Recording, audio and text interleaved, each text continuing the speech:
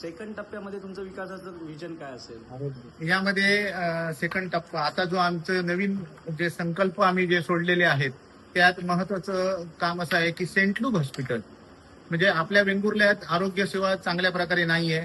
छातीत दुखलं तरी आपल्याला गोव्याला न्यावं लागतं, वाटेत पेशंट दगावतो.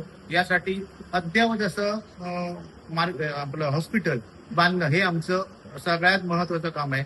त्यासाठी सेंट लूक हॉस्पिटलचा पूर्ण तयारी मागच्या 5 वर्षात आम्ही सुरुवात केली होती. फडणवीस साहेबांच्या माध्यमातून, साहेब रवींद्र चव्हाण साहेबांच्या माध्यमातून आम्ही धर्मदाय आयोगाकडे केस पण दाखल केलेली होती आणि ते केस दाखल करून त्याच्यावर सुनावणी होऊन जवळजवळ 7 ते 8 तारखा झाल्या. आम्हाला यासाठी अत्यंत चांगले प्रयत्न केले. आमचे शरदजी चव्हाण साहेब इथे बसलेले आहेत, ह्यांनी आम्हाला यासाठी खूप मदत केली.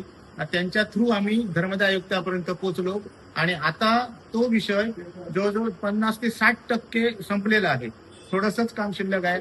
आपल्याला लवकरात लवकर त्याची ऑर्डर मिळेल आणि आम्ही एका ट्रस्टकडे ती जागा सुटू आणि मग ते हॉस्पिटलचं काम सुरू होईल. मला वाटतं पुढील 2 ते 2.5 वर्षात ते हॉस्पिटल सुरू. मी आता जो संपूर्ण 10 प्रभाग आज माझे फिरून झालेले आहेत, पूर्ण प्रभागात डोर टू डोर फिरलेलो आहे.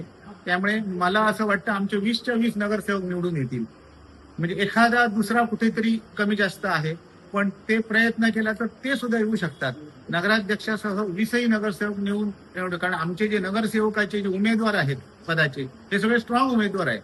समोरच्याचा विचार केला तर आमचे उमेदवार खूप स्ट्रॉंग आहेत, त्यामुळे निवडून येण्याची शक्यता जास्तीत जास्त आहे.